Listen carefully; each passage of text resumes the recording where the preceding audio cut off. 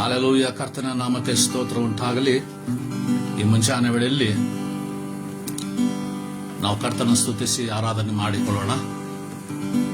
Hallelujah. ಸ್ತೋತ್ರ ಸ್ವಾಮಿ, ಸ್ತೋತ್ರ ಕರ್ತನೆ. Thank you Lord, thank you Jesus. ಸ್ತೋತ್ರ ಸ್ವಾಮಿ. ಮುಂಜಾನೆ ವೇಳೆಯಲ್ಲಿ ಕರ್ತನ ನಾಮವನ್ನು ಮಯಪಡಿಸೋಣ.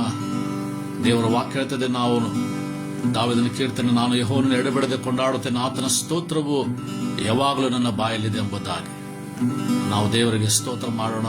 ಆತ ನಾಮವನ್ನು ಮಯಪಡಿಸೋಣ. Hallelujah, hallelujah. Can you hear me? Hallelujah. Thank you Jesus. ಸ್ತೋತ್ರ ಸ್ವಾಮಿ, ಸ್ತೋತ್ರ ಸ್ವಾಮಿ.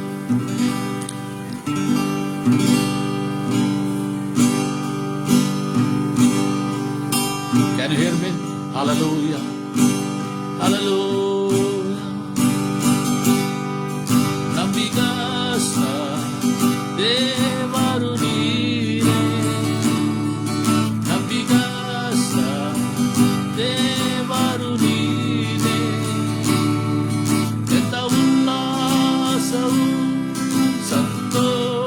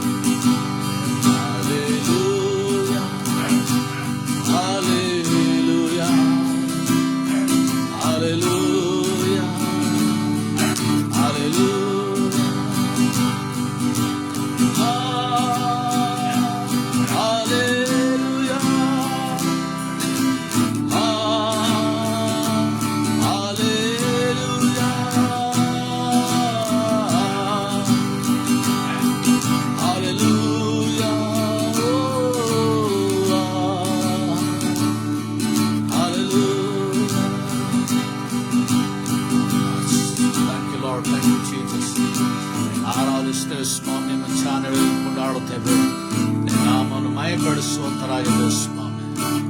Hallelujah. Thank you Lord, thank you Jesus. We bless your holy name, you Lord. Glorify your name Jesus. Magnify your name Lord. Hallelujah.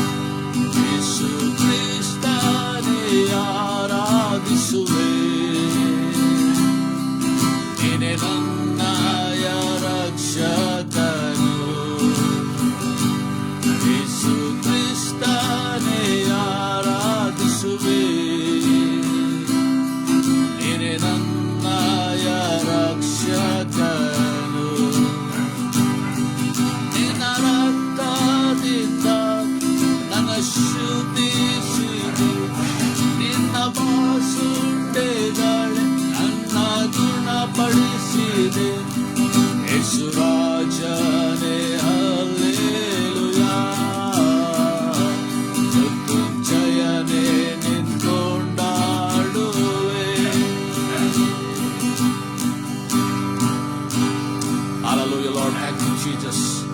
We bless your holy name, Lord. This morning, ವಿಚಾರಣೆಗಳಲ್ಲಿ ಸ್ವಾಮಿ ನಿನ್ನನ್ನು ಕೊಂಡಾಡುತ್ತೇವೆ, ನಿನ್ನ ಆರಾಧಿಸ್ತೇವೆ, ನಿನ್ನ ನಾಮವನ್ನು ಮಹಿಮೆಪಡಿಸ್ತೇವೆ. ಪರಿಶುದ್ಧಾತ್ಮ ದೇವರೇ, ನಮ್ಮ ಸಂಗಡ ಮಾತಾಡು, ನಮ್ಮನ್ನು ಬಲಪಡಿಸು ಸ್ವಾಮಿ, ನಮ್ಮನ್ನು ನಡೆಸು ಸ್ವಾಮಿ. ನೀನು ಒಳ್ಳೆಯವನು ಕರ್ತನೆ, ನೀನು ಯಾವಾಗಲೂ ಒಳ್ಳೆಯದನ್ನು ಮಾಡುತ್ತ ದೇವರಾಗ್ಯದಕ್ಕಾಗಿ ಸ್ತೋತ್ರ ಸ್ವಾಮಿ. ಸ್ವಲ್ಪ ಹೊತ್ತು ನಿನ್ನ ವಾಕ್ಯ ನಾವು ಧ್ಯಾನಿಸುವಾಗ ನಮ್ಮ ಸಂಗಡ ಮಾತಾಡು ಸ್ವಾಮಿ, ನಮ್ಮನ್ನು ಬಲಪಡಿಸು ಸ್ವಾಮಿ. ನಿನ್ನ ವಾಕ್ಯವು ಜೀವವುಳ್ಳ ವಾಕ್ಯಗಳು ಸ್ವಾಮಿ. ಆ ವಾಕ್ಯ ನಮ್ಮನ್ನು ಬಲಪಡಿಸ್ತದೆ. ಅನೇಕ ಬಾರಿ ನಾವು ನಿರಾಶರಾದ, ಕುಗ್ಗಿ ಹೋದಾಗ, ಚಿಂತೆಯಲ್ಲಿರುವಾಗ, ಇಕ್ಕಟ್ಟಿನಿಂದ ದಾಟಿ ಹೋಗುವಾಗ ನಿನ್ನ ವಾಕ್ಯಗಳ ಸಂತೈಸುವಿಕೆಯಿಂದಲೇ ನಾವು ಬಲ ಹೊಂದುವಂತರಾಗಿರ್ತೇವೆ. ಅದಕ್ಕಾಗಿ ಸ್ತೋತ್ರ ಸ್ವಾಮಿ. Thank you lord. ಎಲ್ಲ ಘನಮಾನ ಮಹಿಮೆ ಆರಾಧನೆಗೆ ಸಲ್ಲಿಸುತ್ತಾ ಯೇಸುವಿನಲ್ಲಿ ಬೇಡ ನಮ್ಮ ತಂದೆ, ಆಮೆನ್, ಆಮೆನ್. ಈ ಮುಂಚಾನೆ ವೇಳೆಯಲ್ಲಿ ನಾವು ಸ್ವಲ್ಪ ಹೊತ್ತು ದೇವರ ವಾಕ್ಯ ನಾವು ಧ್ಯಾನ ಮಾಡೋದಕ್ಕಾಗಿ ನಾವು ಆಯ್ದುಕೊಂಡಂತ ದೇವರ ವಾಕ್ಯದ ಭಾಗವು ಅದು ಕೊಲೊಸ್ಸೆದವರಿಗೆ ಬರೆದ ಪತ್ರ 3ನೇ ಅಧ್ಯಾಯ 1ನೇ ವಚನದಿಂದ ಕೆಲವು ವಚನ ನಾವು ಓದಿಕೊಳ್ಳೋಣ. ಪ್ರೇಯರ್. ಈ ಮುಂಚಾನೆ ವೇಳೆಯಲ್ಲಿ ದೇವರ ವಾಕ್ಯವನ್ನು, ದೇವರ ವಾಕ್ಯದ ಸಂದೇಶವನ್ನು ಅವಕಾಶ ಮಾಡಿಕೊಡಂತ ಗಿಲ್ಗಾಲ್ ಸ್ಟೋನ್ ಸರ್ಕಲ್ ಅವರ ತಂಡಕ್ಕೆ ನಾನು ವಂದನೆ ಸಲ್ಲಿಸುವನಾಗಿದ್ದೇನೆ. ದೇವರ ವಾಕ್ಯ ನಮಗೆ ಹೇಳ್ತೀನಿ, ನಾವೆಲ್ಲರೂ ಬದುಕುಳಿದಿರುವುದು ಆತನ ಕೃಪೆ, ಆತನ ಕರುಣೆ ಎಂಬುದಾಗಿ. ಆತನ ಕೃಪಾವರಗಳು ಎಂದಿಗೂ ಅಂತ್ಯವಾಗುವುದಿಲ್ಲ. ಅನುದಿನವೂ ನಮ್ಮ ಜೀವಿತಗಳಿಗೆ ಕರ್ತನು ನೂತನವಾಗಿ ಆತನು ಒದಗಿಸಿಕೊಡುವ ಆತನಾಗಿದ್ದಾನೆ. ಅನೇಕ ಬಾರಿ ನಾವು ನಿರಾಶರಾದಾಗ, ಕುಗ್ಗಿ ಹೋದಾಗ ದೇವರ ವಾಕ್ಯ ನಮ್ಮನ್ನು ಬಲಪಡಿಸುವುದಾಗಿರ್ತದೆ. ಈ ದಿನವು ಆ ಕರ್ತನಿಂದಲೇ ನೇಮಕವಾಗಿದೆ. ಈ ದಿನದಲ್ಲಿ ಕರ್ತ ನಮಗೆ ನೂತನವಾದ ದಿನ ಕೊಟ್ಟಿದ್ದಾನೆ. ಅದಕ್ಕಾಗಿ ಕರ್ತನಿಗೆ ನಾವು ಸ್ತೋತ್ರ ಸಲ್ಲಿಸೋಣ. ಸ್ವಲ್ಪ ಹೊತ್ತು ನಾವು ದೇವರ ವಾಕ್ಯ ನಾವು ಓದಿಕೊಳ್ಳೋಣ. ಕೊಲೊಸ್ಸೆದವರು ಬರೆದ ಪತ್ರಿಕೆ 3ನೇ ಅಧ್ಯಾಯ 1ನೇ ವಚನದಿಂದ 4ನೇ ವಚನದವರೆಗೆ ನಾವು ಓದಿಕೊಳ್ಳೋಣ. ಅಲ್ಲಿ ಈ ರೀತಿಯಾಗಿ ಬರಲ್ಪಟ್ಟಿದೆ ಏನಂದ್ರೆ, ಆದ ಕಾರಣ ನೀವು ಕ್ರಿಸ್ತನೊಂದಿಗೆ ಎಬ್ಬಿಸಲ್ಪಟ್ಟಿರುವುದರಿಂದ ಮೇಲಿರುವುದಗಳನ್ನೇ ಹುಡುಕಿರಿ.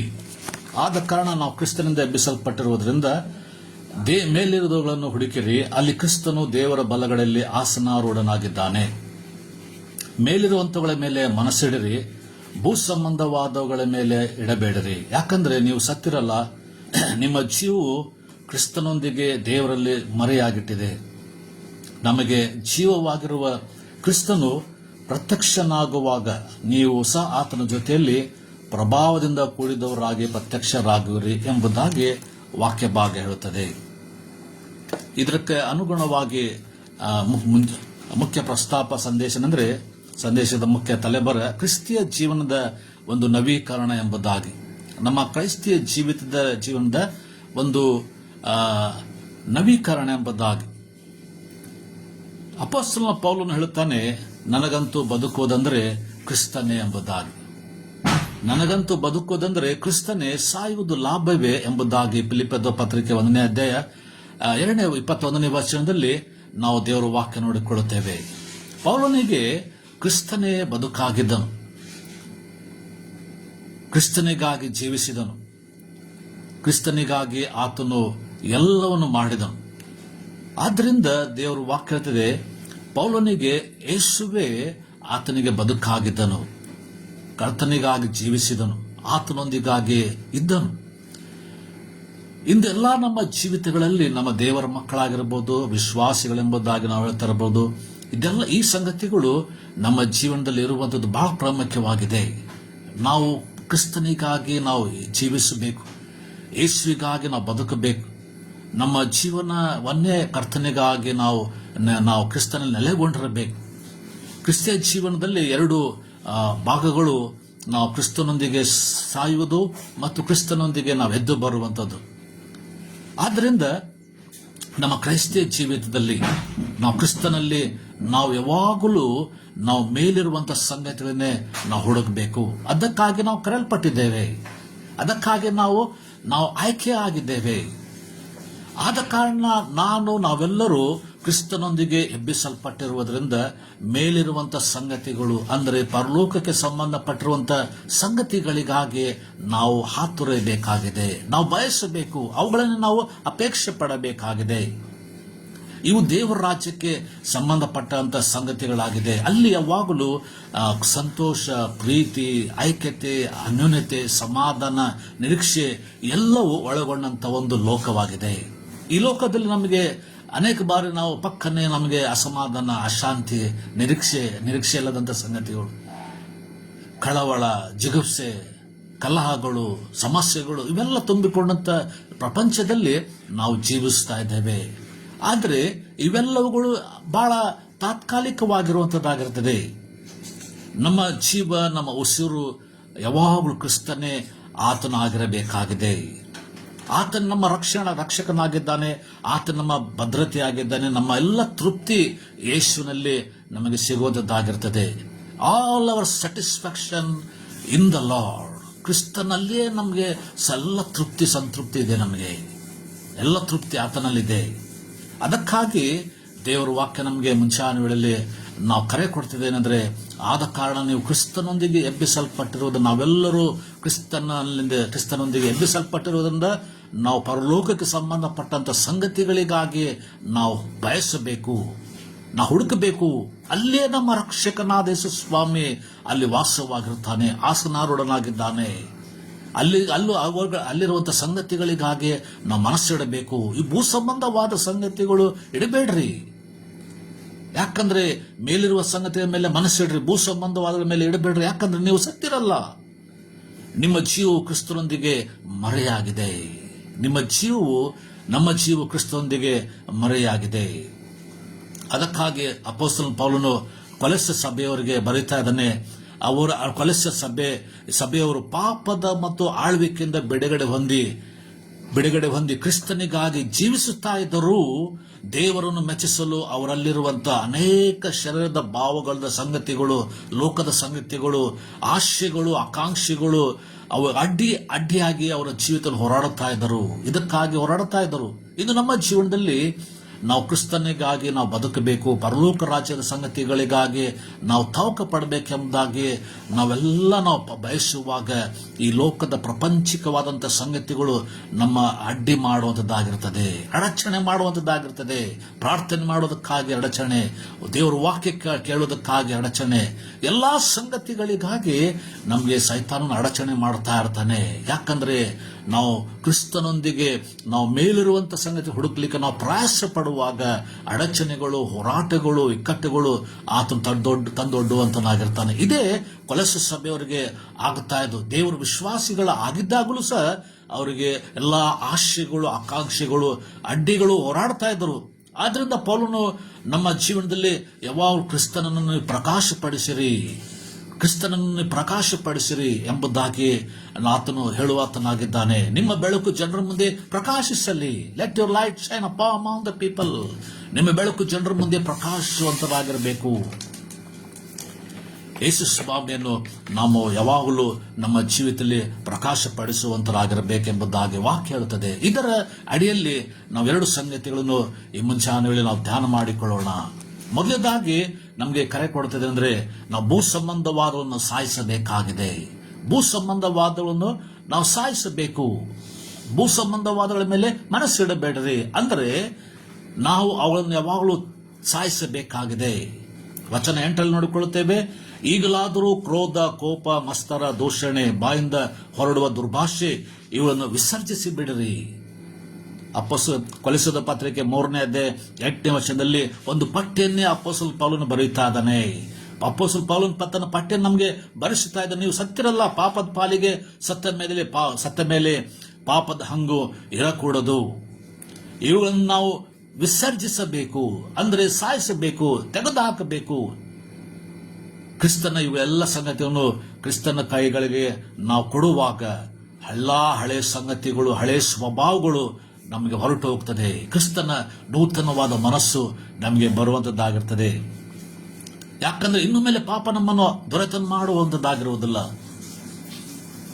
ಆದರೆ ಕ್ರಿಸ್ತನ ಮುಖಾಂತರವಾಗಿ ನಾವು ನೂತನ ಸಂಬಂಧ ನಾವು ಹೊಂದಿಕೊಂಡಿರುವಂತ ಪವಿತ್ರತೆಯಲ್ಲಿ ನಾವು ಜೀವಿಸುತ್ತಾ ಇರ್ತೇವೆ. ದೇವರಿಗೆ ಮೆಚ್ಚುಗೆ ಆಗುವಂತ ಸಂಗತಿಗಳನ್ನು ನಾವು ಮಾಡುವಂತರಾಗಿರ್ತೇವೆ. ದೇವರಿಗೆ ಮೆಚ್ಚುಗೆ ಆಗದಂತ ಸಂಗತಿಯನ್ನು, ಎಲ್ಲಾ ದುರ್ಭಾವಗಳನ್ನು ನಾವು ತೆಗೆದು ಹಾಕಲಿಕ್ಕೆ ನಮಗೆ ಯೇಸು ಸ್ವಾಮಿ ನಮಗೆ ಕರೆ ಕೊಡುತ್ತಾನೆ. ಮುಂಜಾನೆ ವೇಳೆಯಲ್ಲಿ ನಾವೆಲ್ಲವನ್ನು ತೆಗೆದು ಹಾಕಬೇಕಾಗಿದೆ. ನಾವು ಭೂ ಸಂಬಂಧವಾದ ಸಂಗತಿಯನ್ನು ನಾವು ವಿಸರ್ಜಿಸಬೇಕಾಗಿದೆ. ಅದಕ್ಕಾಗಿ ನಮ್ಮ ಜೀವನದಲ್ಲಿ ನಮ್ಮ ಕ್ರೈಸ್ತ ಜೀವಿತ ಯಾವಾಗಲೂ ನವೀಕರಣ ಹೊಂದಿಕೊಳ್ಳಬೇಕಾಗಿದೆ.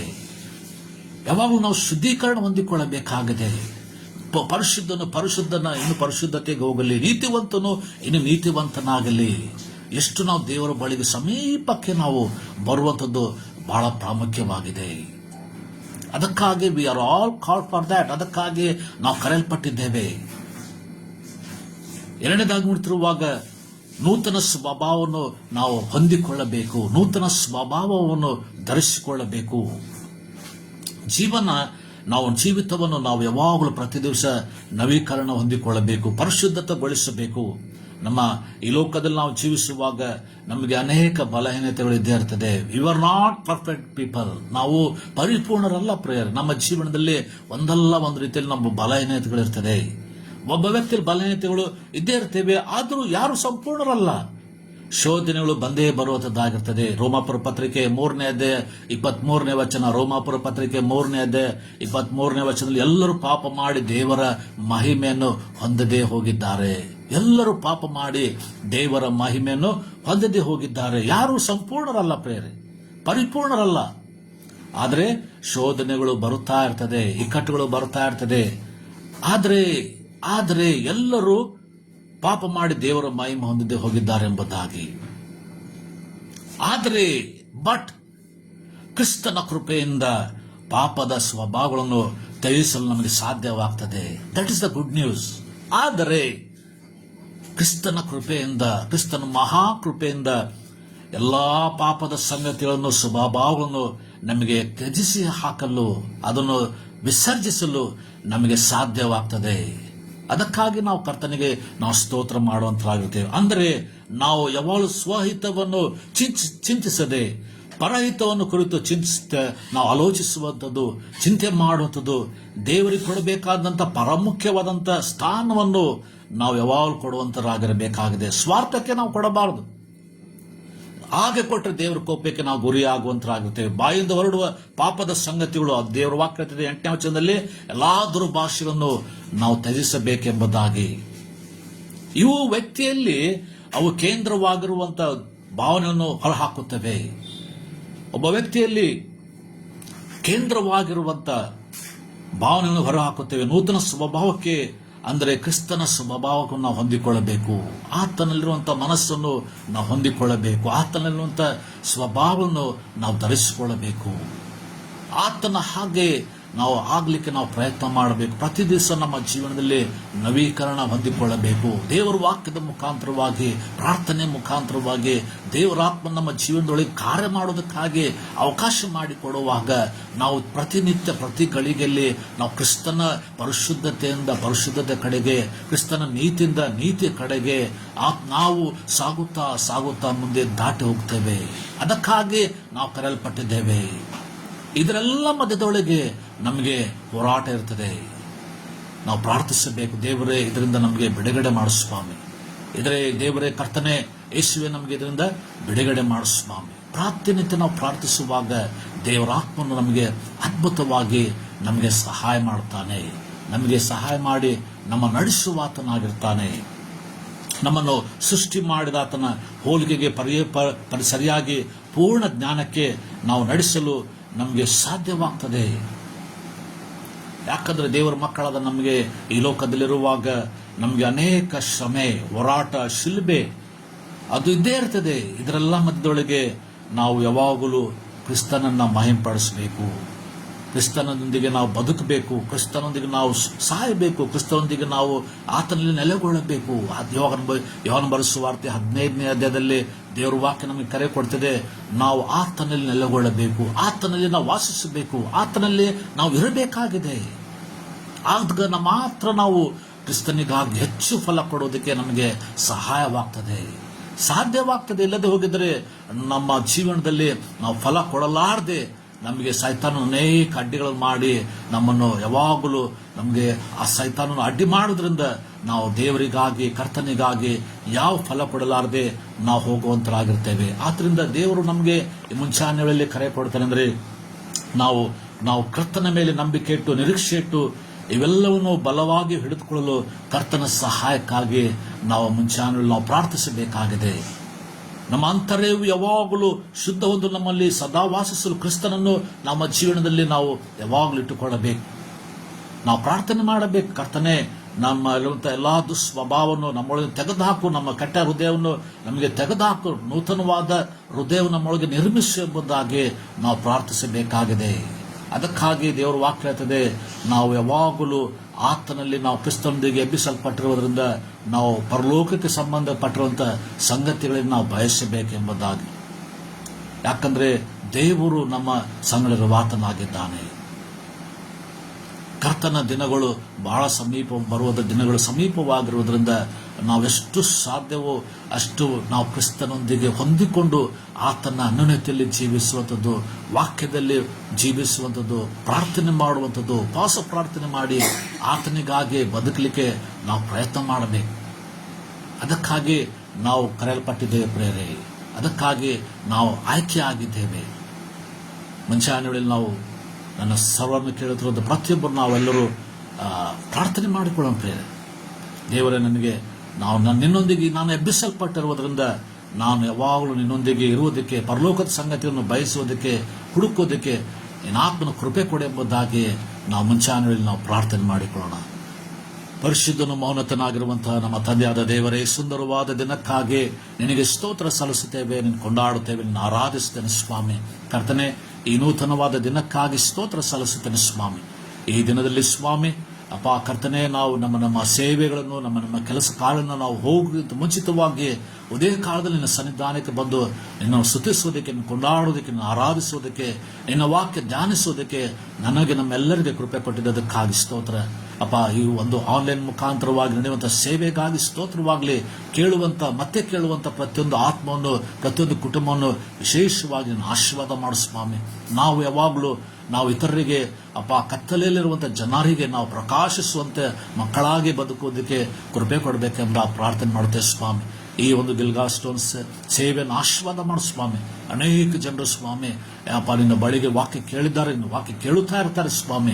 ಅವ್ರ ಆಶೀರ್ವಾದ ಮಾಡಿ ಮುನ್ನಡೆಸು ಸ್ವಾಮಿ. ಕರ್ತನೆ, ಈ ದಿನದಲ್ಲಿ ನಮ್ಮ ಸೇವೆಗಳಿಗೆ ಕೆಲಸ ಕಾರ್ಯ ಹೊರಟು ಹೋಗುವಾಗ ನಿನ್ನ ಕೃಪೆ ನಮ್ಮೊಂದಿಗಿರಲಿ ಸ್ವಾಮಿ. ನಾವು ಯಾವಾಗಲೂ ಕರ್ತನೆ ಪರಲೋಕಕ್ಕೆ ಸಂಬಂಧಪಟ್ಟಿರುವ ಸಂಗತಿಗಳಿಗಾಗಿ ನಾವು ಬಯಸುವುದಕ್ಕೆ, ಹಾತೊರೆಯುವುದಕ್ಕೆ, ಅಪೇಕ್ಷೆ ಪಡುವುದಕ್ಕೆ ಕೃಪೆ ಕೊಡು ಸ್ವಾಮಿ. ಹಾಗೆ ಮಾಡ್ತದಕ್ಕಾಗಿ ಸ್ತೋತ್ರ. ನಮ್ಮ ಪ್ರಾರ್ಥನೆ ಕೇಳಿದಕ್ಕಾಗಿ ಸ್ತೋತ್ರ. ಸದುತ್ತರ ದಯಪಾಲಿಸಿದ್ದಕ್ಕಾಗಿ ಸ್ತೋತ್ರ. ಎಲ್ಲ ಘನ ಮಾನ ಮಹಿಮೆ ನಿನಗೊಬ್ಬನಿಗೆ ಸಲ್ಲಿಸುತ್ತಾ ಯೇಸುವೆ ನಿನ್ನ ಪರಿಶುದ್ಧವಾದ ನಾಮದಲ್ಲಿ ಪ್ರಾರ್ಥಿಸುತ್ತೇನೆ ತಂದೆ. ಆಮೇನ್. ಆಮೇನ್. ಕರ್ತನು ನಿಮ್ಮೆಲ್ಲರನ್ನು ವಿಶೇಷವಾದ ರೀತಿಯಲ್ಲಿ ಆಶೀರ್ವಾದ ಮಾಡಲಿ. ಆಮೇನ್.